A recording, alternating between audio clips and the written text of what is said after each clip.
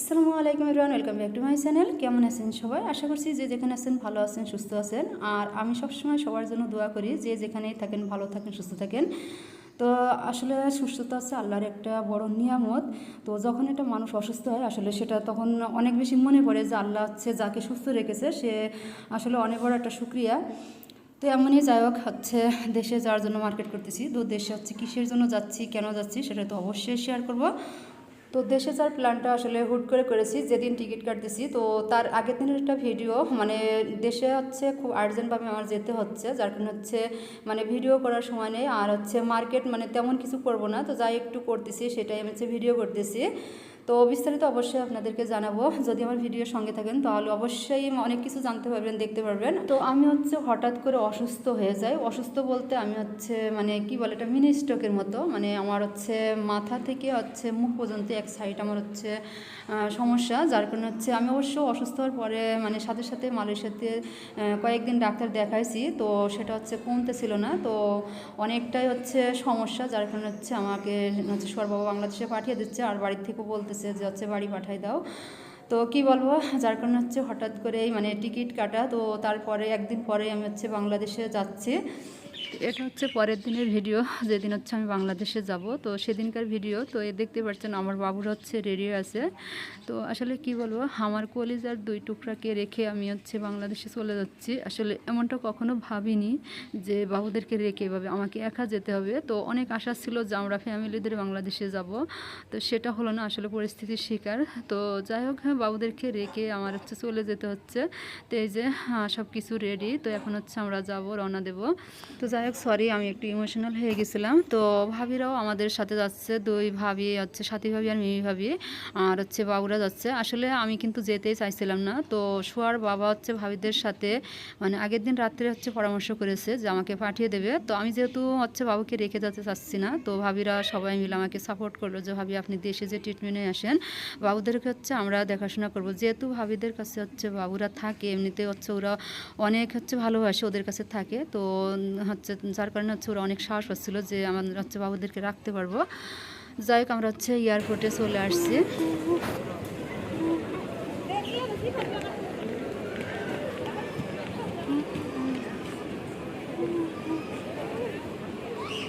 Phone নিয়ে যান ভাইয়া, ফোন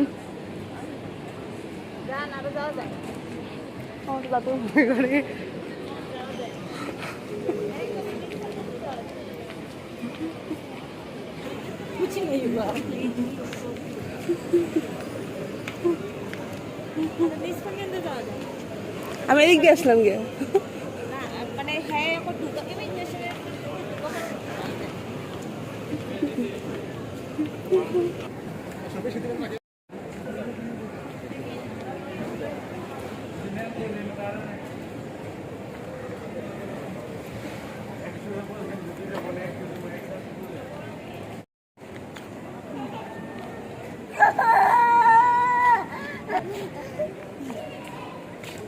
মামা মামা মামা মামা আসো বাবা আসো।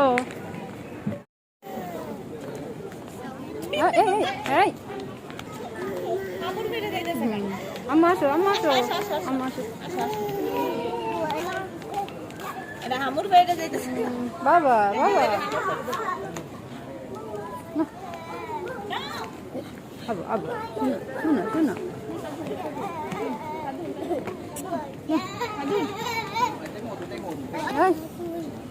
ধরুন ধরুন বাবু বলেন রে।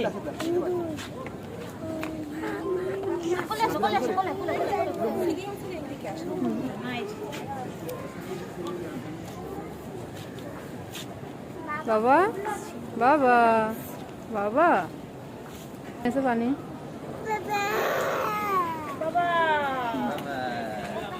তো ইমিগ্রেশন পার হয়ে আমি হচ্ছে চলে আসছি। তো এই যে বিমানের কাছাকাছি আমরা হচ্ছে বসে আছি বিমানের অপেক্ষায়। তো আসলে কি বলবো, আমি যখন ইমিগ্রেশন পার হয়ে চলে আসছি, আমার বাবু হচ্ছে 2 তলা থেকে আমি নিচের তলায়, তো হচ্ছে আমার কাছে আসার জন্য অনেকটা করছিল। তো আমি তো একদিকে কান্না করতেছি, আমার হচ্ছে শোয়াও হচ্ছে ও বাবার সাথেই করতেছিল, তো ওর বাবা হচ্ছে অনেক কান্না করতেছিল। আসলে কি বলবো, তখন হচ্ছে এতটা খারাপ লাগছিল, আসলে মানে ভাষায় প্রকাশ করার মতো না। তো যাই হোক, আমি হচ্ছে এই যে বিমানের অপেক্ষায় বসে আছি। তো আমি হচ্ছে অনেকটা অসুস্থ ছিলাম, আমি কিন্তু ভয়েস ওভারটা পরে দিচ্ছি। আর তার আগে আপনাদের কাছে বলি, আমার হচ্ছে কথার একটু কিন্তু সমস্যা আছে, কেউ কিছু মনে করবেন না প্লিজ, সবাই ক্ষমা দৃষ্টিতে দেখবেন।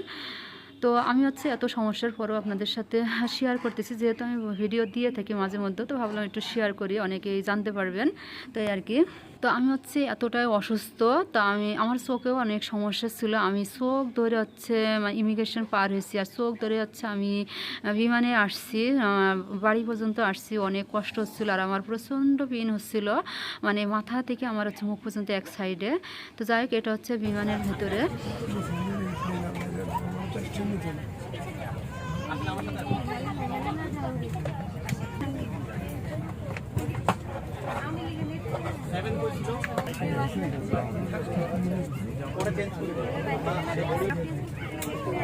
তো বিমানে উঠে বসার পরে মানে ফ্লাই করার আগের ভিডিও, তো আমি হচ্ছে সানগ্লাসটা খুলে একটু ভিডিও করছিলাম। আমার চোখের অনেকটা সমস্যা হচ্ছিল, আমি কিন্তু চোখ ধরে সবসময় ছিলাম।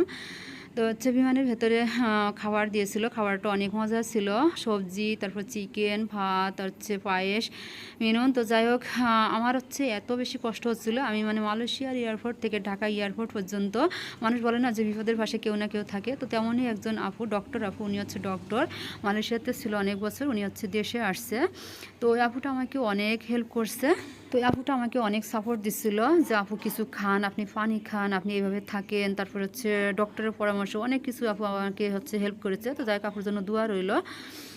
তো এটা হচ্ছে ঢাকা এয়ারপোর্টের ভিডিও। তো আমি বিমান থেকে নামার পরে আমার ইমিগ্রেশন থেকে বের হতে একটু সময় লেগে গেছে, যেহেতু আমি অসুস্থ। তো আমার ফ্যামিলির যারা আনতে গিয়েছিল আমাকে, আমার আম্মু, শাশুড়ি, তারপর হচ্ছে আমার ননদ, আমার মেজো আপা, ছোটো ভাই, তো ওরা হচ্ছে অনেক ওয়েট করতেছিল আর অনেক টেনশন করতেছিল, যেহেতু আমি অসুস্থ। তারপর হচ্ছে আমার বের হতে একটু সময় লেগে গেছিল, একটু হচ্ছে ইমিগ্রেশনে একটু ঝামেলা হচ্ছিল। তারপর হচ্ছে আমার মানে মালামাল পেতেও একটু সময় লেগে গেছিলো, যার কারণে ওরা হচ্ছে অনেক টেনশন করতেছিল। তো আজকের মতো ভিডিওটা এই পর্যন্ত। সবার কাছে দোয়া চাই, সবাই আমার জন্য অনেক বেশি দোয়া করবেন, আমার পুরো ফ্যামিলি, আমার হচ্ছে বাবুদের জন্য দোয়া করবেন, আমি যেন সুস্থ হয়ে খুব তাড়াতাড়ি মালয়েশিয়াতে আমার বাবুদের কাছে ফিরে যেতে পারি। আল্লাহ হাফেজ।